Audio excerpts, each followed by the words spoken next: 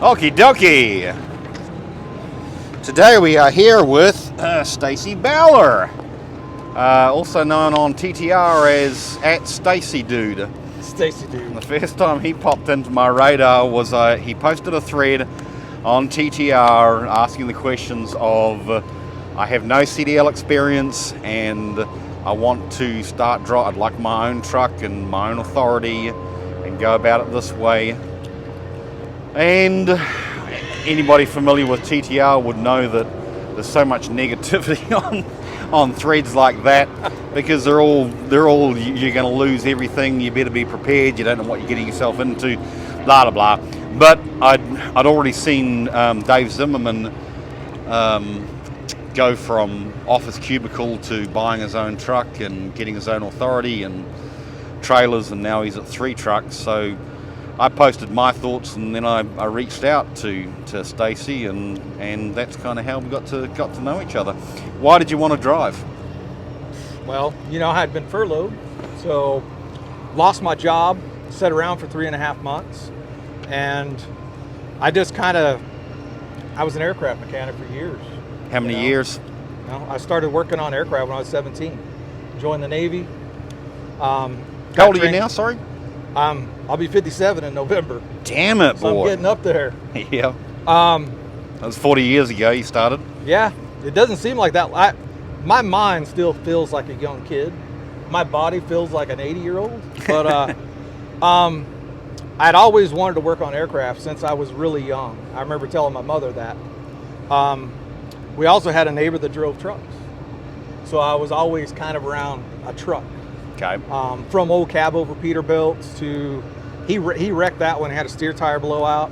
He used to haul cattle, and he wrecked that, swore he'd never get a cab over again, and bought probably a 379. I don't know what was out at the time, because that was shit a long time ago.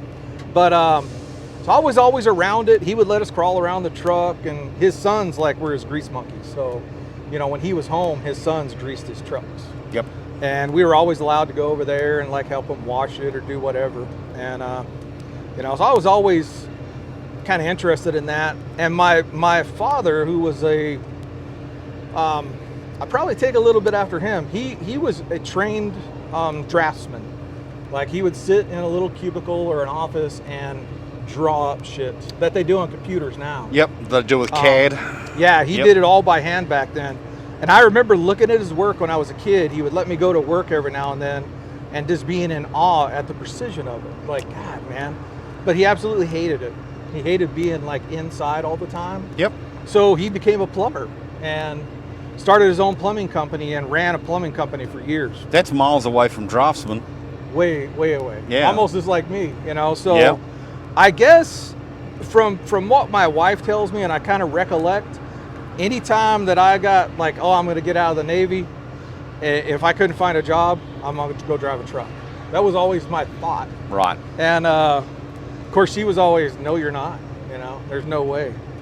It was just not she knew if I drove a truck, I'd be gone all the time. She did not want that. So anyways, fast forward, how many years later? I was in the Navy, aircraft mechanic. Navy for how many years? 14. Thank you for your service. Thank you. I always treated, I didn't become patriotic till I got out.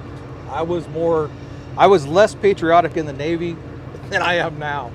My wife was super patriotic and saved a lot of her stuff, and I can remember, I don't even know where my old uniforms are or anything. Oh, your wife was in the... She was an engine mechanic in the Navy. Okay. So she was an aircraft mechanic. I was an aircraft mechanic. We met on a little island called Diego Garcia out in the Indian Ocean. Okay. She was working on parts, and I walked by and looked like she needed help, so I volunteered. Of course you did. And then we went out on a date, which was really, will you go on a date with me so the guys don't bother me? And I forgot my wallet. She had to pay. True story. Good start. And then it was like a whirlwind romance there. And then she left Diego Garcia to move to Jacksonville. I eventually got orders to Jacksonville, and I don't think we were there. I was probably there less than 6 months and we were married. Right. And then I had to deploy for 6 months, and on the John F. Kennedy. And I just remember what a pain in the ass that was to be away from her. Yeah. And once my daughter was born, the Navy only wanted me to move to Norfolk, Virginia, to be ship's company on one of the new aircraft carriers. Yep. And when I was my first squadron I was in, one of the guys I worked for, he told me never work on the same platform twice. Move to a different platform. Platform that way, being a type of aircraft? Yeah. Okay. Or just whatever job you're doing. And if you're going to re-enlist or extend, always make them pay you for it. Like, don't just go extend your enlistment for 2 years unless they give you a guaranteed school. Don't re-enlist unless you get a guaranteed school, like welding or composite repair, which I was all qualified in because I negotiated those schools. I was an instructor also. So all those are like pretty great schools.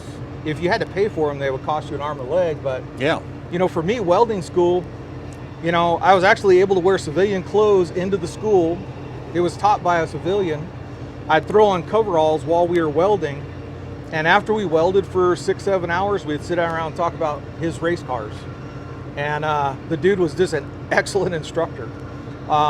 Would actually let me go to his house and weld on his race cars once he saw that I was proficient. Yep. And it was like real world experience to me. And it's like, man, this is awesome. But, you know, so I went from helicopters to fixed wings to working on parts in the back shop, you know, and I kind of like got schools or got guarantees every time I extended or re-enlisted. So I got a really good education. So when I did get out, aviation was booming, and I was able to get a job without even trying. And what job did you get? I worked for Learjet up in Wichita. Yep. And probably spent about 3 years in Wichita, and then I transferred down to Dallas as an instructor. Okay, and then you were a ground instructor, so explain what a ground instructor does. Well, I taught maintenance first. I taught maintenance on the aircraft that we built. Yep. Which at the time was a Learjet 45, kind of a small corporate jet. I had been on a committee for an aircraft that they called the Continental, which became an aircraft called the Challenger 300, which is now the Challenger 350, which I think is the Challenger 375 now or something crazy. I don't know what they call it. But I kind of volunteered to be on this committee, and I got experience with that aircraft before it was ever actually built in production. So that helped me get the job in Dallas, because eventually Dallas was going to teach that aircraft also. Okay. So I taught the Learjet for a few years. The economy went to shit, and they were laying off maintenance instructors. I can't remember how many they laid off at the time, but I knew I was next because I was the newest guy there, and they laid guys off that had been there a little bit longer than me. Yep. But I knew the writing was on the wall that if they have another round, I'm gone. So one day they came in and said, hey, who wants to cold call customers? Who the hell wants to cold call customers? Who wants to cold call anybody? Right? Yeah. But, you know, we need somebody to call our customers and see why they're not training. Just talk to them. See if you can sell them some training. We'll go to their place and train, you know. We'll train on their aircraft, which means their mechanic can stay at home and fix little nitpicky problems instead of coming to our training center for 2 weeks or whatever. Right. So I said, man, I need to think about it. Everybody was like, I ain't doing that shit. And I went home, I talked to my wife about it. I'm like, I think if they lay anybody else off, I'm next. So I think I ought to jump on it, and maybe that helps. So I came in the next morning, I'm like, I'll do it, you know. I said, all I need is a cubicle in the corner and a phone list. Yep. And you guys leave me alone, and I'll just start making phone calls. That turned into a full-time, year-long job that I literally could be a sales guy right now if I had wanted to continue that. It ended up being crazy where I was going to like sales meetings in Montreal, and they were treating me like I was some, you know, high-level sales dude. Executive. Yeah. Yeah. And I mean, not that I got the greatest hotel rooms and everything, but I was with executives that went to the best restaurants. I was allowed to go with them. That it was all paid for. Hotels that I would never stay in because of the expense. Yep. I was staying in. I mean, it was a trip. But after a year, I was so tired of it. I'm like, I want to go back to teaching or do something. So then I started teaching Challenger 300 aircraft, still maintenance. Then I got sick of it, and I decided I wanted out. So I had an opportunity to move to New Mexico and repair medical equipment. It's kind of like a sales repair position, going to different hospitals in part of New Mexico and repairing their operating room instruments and trying to sell them maintenance on like their endoscopy scopes and stuff like that. Okay. The repair part was great. The sales part was actually pretty easy. The guy that I worked for was a complete douchebag, and it got to the point where I was either gonna like take him out behind take him to the Rio Grande River and dump him in the river. Yeah. He was a crooked dude, and I just got tired of him talking bad about people that I knew. And I just one day said, hey, listen, if you say this guy's name one more time, I'm gonna whoop your ass. I mean, that's just not me, you know? And he rattled on a little bit more, and I'm like, where do you want your truck? It was, we pulled a big, about 12,000 pound repair trailer around with the Dodge Dually. Yep. Where do you want it? I'll drop it off. I don't want to see you, because if I see you, I'm going to eat your ass. I probably shouldn't tell anybody this, but that was my words to him. Like, literally, if you show up, it's on. Like, I don't want to see you. So I dropped it off, and apparently he came and picked it up. And last time you were out of there. Yeah. So what was kind of crazy is one of my buddies that was head of the maintenance instructors here in Dallas. He sent me a joke by email one day, and then after he sent the joke, he said, "You ever think about coming back?" And I'm like, "Well, yeah, actually, yeah, right now I do. I kind of need a job." So he said, "Well, we're not hiring, but the pilot instructors, they need a ground instructor, and you're perfect for it. So let me go talk to this guy, the big boss, and see what he says." Let me check nervously. Okay. I'm just rambling on, am I? Anna? You are. I talked to the big boss, who I still think is a great guy. I had an offer letter the next day for thousands more than I was making as a maintenance instructor. They were paying me as a pilot, and none of the pilots I worked with knew that I was making pilot money as a mechanic. And all I did was teach ground school, and I taught the mechanical side of the aircraft in ground school. Yep.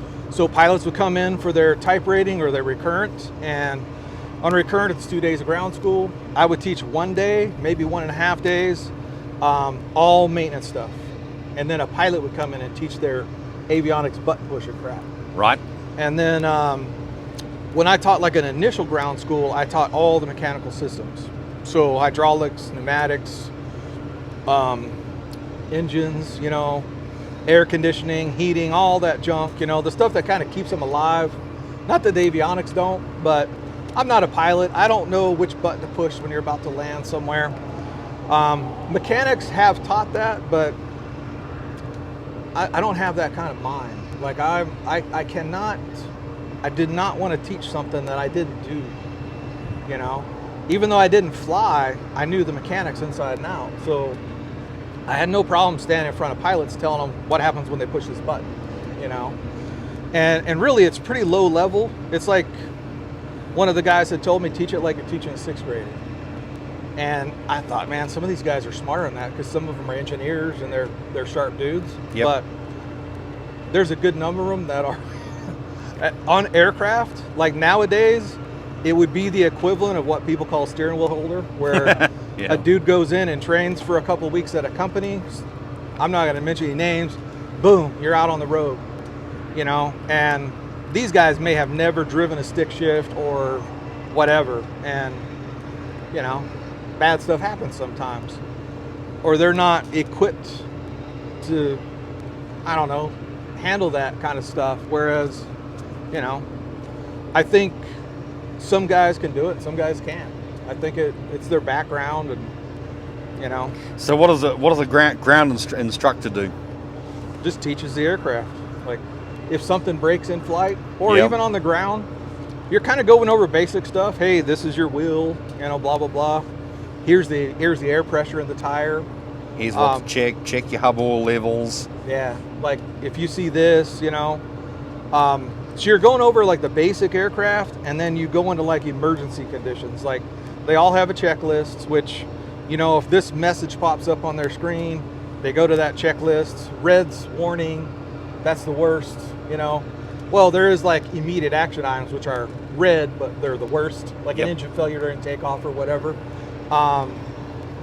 And then you'll have like a red message that you might be able to fix, you know. Still serious, you got to take care of it. And then you'll have like a amber message, which is bad, but aircraft probably still going to fly. You still have to report it. Kind of like stop engine light and check engine light. Exactly. Yeah. And then you'll have lower level messages that they would call advisory messages or status messages, which are Time to top up the washer fluid. yeah, like, oh, your blah blah blah is a little bit low or whatever. And Now, how long did you do that for? I started pilot training in 2006. 2006. So I went to New Mexico for a year, got tired of that guy, came back 2006, started pilot training, and I'm telling you, I was gone for a year. I came back, I sat through a ground school or two, boom, on the schedule, like teaching. And I can still remember being nervous as hell, just because I hadn't taught that class. But what I found out is the pilots were so receptive to a mechanic teaching them that it became like, I got to word this correctly because I don't want to brag, because I know like there's better instructors, way much better, like people are presenting things than me. Mm-hmm. But I always just talk to them like an equal. Yep. I never talk down to them. And if they asked me a question, I didn't shrug it or say, you don't need to know that. A real common thing in pilot training is if it's kind of high level and a pilot instructor doesn't know the answer, oh, you don't need to know that because they don't know the answer to it. It'd be the equivalent if you saw something on your tire and you went over to a mechanic and say, hey man, what's going on here? Oh, don't worry about it, it'll be all right. You're like, are you sure? Yeah, you're fine. You know, 100 miles later, you blow a tire or lose a wheel or whatever, right. You know. And I always found out when you answered their questions, you got instant respect. And they would remember that for years. They would come back sometimes every 6 months or every year, and they'd be like, I remember when I asked you this question, you're the only dude that knew the answer, and everybody else shrugged it, so I told so-and-so you were a badass, you know. And it was this kind of funny because I'm like, hey, I'm just a normal dude trying to help you guys, you know. But that's what made it fun in the beginning. Yep. And eventually it became so repetitive that I was like ready to jump out a window, you know. I could teach the class with my eyes closed, and I probably did at times, like, because I was so monotonous. Would you have continued with it had they not furloughed you, or do you think you would have? I would have. I would have retired there. Like, that was my thought. My goal was I'm going to retire here, you know, and I would have been a wreck probably when I did. So, you know, to me, when COVID happened, like, here I am, I'm like literally the senior instructor. I wasn't considered the senior instructor as far as, you know, ranking goes in the hierarchy of the training center. But I had the longest longevity of any of those guys there pretty much, except for maybe a couple that weren't even in our program. And when COVID really crept in and the stock market dropped, I think it was a Monday or Tuesday, I was one of the only people in there teaching. They had told everybody to stay home unless you're essential. Right. You know, and they kept telling us, hey, you're essential, you got to be here, you know. I'm like, what is essential about training a pilot who, you know, is not even flying right now because they're not flying? Yeah. You know? And it just kind of baffled me. But I just remember like Monday or Tuesday, stock market dropped. There was only like 3 or 4 instructors in the whole building. And I remember telling my class, I said, man, there's probably about to be some massive layoffs here. I think it was Thursday or Friday I got the call. After I went in and taught the last class or whatever, you know. They got what they could out of me, and then they called me at home. And such a sour taste in my mouth over that, because there was a couple of guys that have been there 6 months, they kept on. And it wasn't just me, there was other instructors that were fully qualified, and they kept these other guys, probably because they weren't making as much or whatever. Possibly. And man, it just burned me up, man. And you know, so I had 3.5 months on furlough to think about what I was going to do in my future. And I didn't think being an aircraft mechanic was in the cards again, because I didn't know what aviation was going to do. Right. I really thought it was going to collapse. So I started thinking, what's something that seems to always be there, you know, and it was driving a truck. Driving a truck. 21 minutes. Talking shit. I told you should interview somebody else.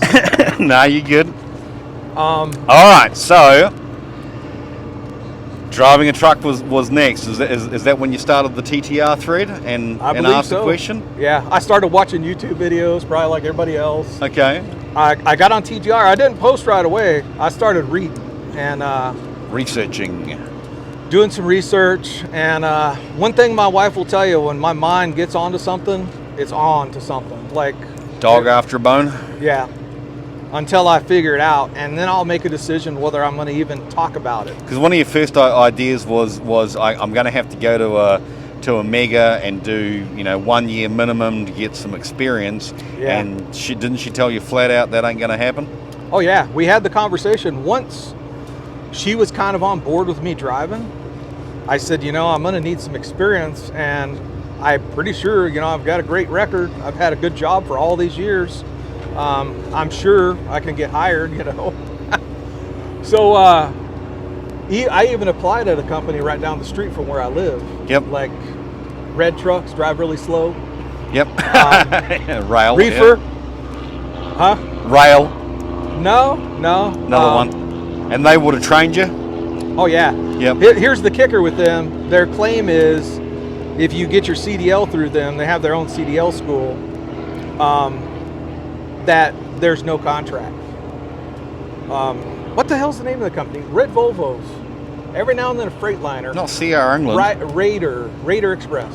Raider Express. Yeah. Okay. Yep. So nothing bad to say about them, other than they are pretty slow. But I actually applied at them, to them, and literally, boom, yeah, we have a new class starting Tuesday or whatever. We'll take you in, but Yeah. Brenda wasn't good with you being away on the road for weeks at a time. No. And being locked into that. And how much cash did you have? At the time? Yeah. At that time, I hadn't even added up the savings that we had, because we still have hard savings that nothing. This truck could fall apart tomorrow in Houston. That's too bad. My wife was not going to unleash the hard savings. Right. And I agree with that. That's the shit that's there when she was the one that suggested you just get your own authority and get your CDL and we had a large chunk of savings. All credit to my wife. She's very conservative about money. Always has been. Is not the person to go get her hair done. Is not the person to go get like her nails done. Last time she got her nails done, they jacked her up, and she'll never go back. They hurt her fingers, and she's like, never again. So I've been blessed that she's not like, oh hey, let's go buy this, Because you always need a strong partner at the house that's not gonna throw the money away or burn through it, especially as a truck driver. Exactly. So she was adamant, you're not going to drive for anybody else. You can do it on your own. So then, did you start researching how much the insurance? Because the doom and gloom naysayers, it's going to cost you $40,000 for insurance, and the brokers won't work with you which is true. There's months. There's a few that won't for a little while. So the insurance, of course I did. Of course I didn't have a truck at the time. So I was just kind of guesstimating what insurance might cost. I called our auto agent, which by the way was Progressive at the time. Yep. So they don't do truck insurance. Progressive does, but our agent didn't. But they had a guy in the next room that did like farm and truck insurance. Okay. Through Progressive. So I got a hold of him and actually went in and chatted with him in person. And I also went on the Progressive website. I think I got like a fake VIN somewhere and like plugged it in and Stop playing around with numbers. yeah. And I got it came back at like not bad, 16 grand or something at the time, which from what I had read was not bad. Not too bad, yeah. It ended up being higher because one of the things people have to be aware of is when you like go to Progressive and you ask for a quote, a lot of times they'll quote that you're staying within 500 miles of home. Right. And if you don't read the policy and you're going to go 500 miles away from home, when your renewal comes, they'll get you. Like Yep. they'll ask for your IFTA, and they did when my renewal came. But What did it renew at? well, Progressive was going to drop it just a little bit. Like my quote was higher than 16 because I told them, hey, I'm going to go more than 500 miles. I'm going everywhere in the U.S., even though I haven't. I wanted to be able to. So just everywhere. Like, that's what I want. And the quote came back at like, it was like what, 23,000, I believe. And then if you paid cash, they knocked it down to like 19 something. Well, that's a hell of a discount for cash. Yeah. So And that's not bad for the insurance either. well, from what I've read, it's not, but I've seen people get better deals too. Right. A lot of it is your credit score, which our credit score is great. Your state that you live in, where you live, is a huge deal according to the guys I've On talked to. zip code, yep. Like Colorado apparently has some cheap insurance, and I'm like, how? You know? But it is. My buddy that just started the hot shot thing, 7 grand, new authority, new CDL. How much? 7 grand, Just for a hot shot. hot shot. Okay. But he has a brand new truck, brand new Dodge Dually, 40-foot trailer. I mean, So wait a minute, we still got to get the CDL. That's like you've never driven a truck before in your life, so no, I had driven like 2-ton trucks and bigger trucks, and I had done hot shotting when I was a teenager, all by accident. So, Sawmill, when you interviewed Skeeter, him, yep. yeah, oh Skeeter, yep. when you interviewed him, and I was watching that video, I'm like, that's exactly what happened to me. Other than probably maybe like he was talking about the trucks with the little splitter switch and stuff. Mm-hmm. And I had, when I was about 15 and a half, I barely got my regular driver's license. I lived in New Mexico. My brothers moved out to Odessa, Texas to work in the oil fields. They were booming. Summertime came around. I'm sure my parents wanted to get rid of me because I was a little hellion. Really? They're like, my brothers are like, hey, we can get you a job if you want to come stay out here. So their boss hired me, and I was originally hired as just like a laborer. And what each brother did were kind of two different things. One brother lined pits in the oil fields to put the chemicals in. The other brother delivered the chemicals. Okay. Of course, it was a fairly large company. They had, you know, a good number of trucks and drivers and stuff. I mean, I'm talking 7, 8, you know, it wasn't huge, but to me it was at that age, you know, young punk. And I would jump in the truck with my brother every morning. We'd go out and we'll go pick laborers up, and then we would go out and line pits, dig a trench around the top, lay plastic, staple it together. Yep. Drive back to the boss's house, get those guys a check, drop them off, repeat every day, 7 days a week, 24 hours a day. We were on call. We all had beepers. And then if we weren't lining a pit, they might call me to go help deliver chemicals, and I would ride with somebody. I can still remember my older brother telling me, hey, if you ride with this dude, don't take any of the drugs, you know? Yep. Speed and whatever else he was on. They would buy a 6-pack and go deliver stuff, you know? Right. Or a 12-pack or whatever. And at the time in Texas, I think the drinking age was 18. I looked older than that. I could go into like a Circle K and buy booze. Like I did it all the time. I drank like a fish back then. We would get paid. Our money would be gone in a week.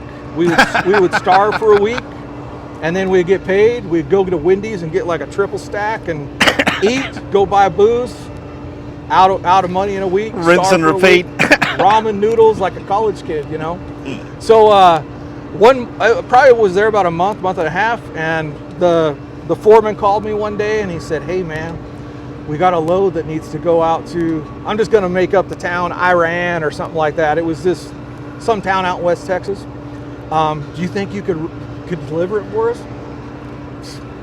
Hell Sure, yeah! What do you mean? Show me the keys. You know, so back then we secured all those chemicals with ropes. Like we had a special knot we would use. And Yep. I couldn't tie that knot today if you paid me.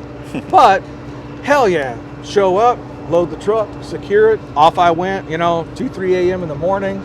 And there was no GPS back then. It was all like, hey, go to mile marker 161, turn left. 10 left with the old schoolhouse burnt down. Yeah, the rig will be out on the right. Just find it, Yeah. And I remember creeping out there, all these dirt roads, man, and I was in heaven. That was like, look at me, I'm a badass. So then I was on their ass all the time about delivering, driving my own truck. Yep. And they would kind of cycle me back and forth. I would deliver mud here and there, and then I would help line pits here and there. And my brothers were free reign, do whatever the hell you want, drink as much as you want, we don't care. Of course, that summer came to an end. I had to go back to school in New Mexico, and I can remember going back. I love my parents and I missed them, but from then on, school was like, I don't need you anymore. I don't got any love for it. I actually got in so much trouble the next year in school that my mother asked me to quit. So I ended up quitting high school, going to work full-time at a grocery store that I worked at, and then I ended up going to night school to get my diploma. Okay. And if it wouldn't have been for the military, I wouldn't have done that. I did that so I could get into the military to get out of Los Lunas, New Mexico, because I wanted to fly, be free, see the world, and so I had to attend 6 night school classes, or 6 weeks of classes, and I could only miss so many days, and I was down to my last day because I hated it so much that I would go drive to the school, park my truck, and then I would walk like half a mile to an arcade and play video games. So if my dad got a wild hair to see if I was actually at night school, the truck was there, so therefore you were there. And finally the teacher told me, she's like, "Hey, you miss any more of this, doesn't matter if you pass or not, you're not getting your diploma." So I'm like, okay, so I attended the rest of the classes, got my diploma, and I was in the military not long after that. I was about 16 and a half at that point. I actually joined the Navy before I was 17 on delayed entry. Yep. My parents had to sign for me, but I couldn't go to boot camp until I turned 17. So I think in June 6, 1983, I went to boot camp. June 6th, good day for it. Yeah, D-Day.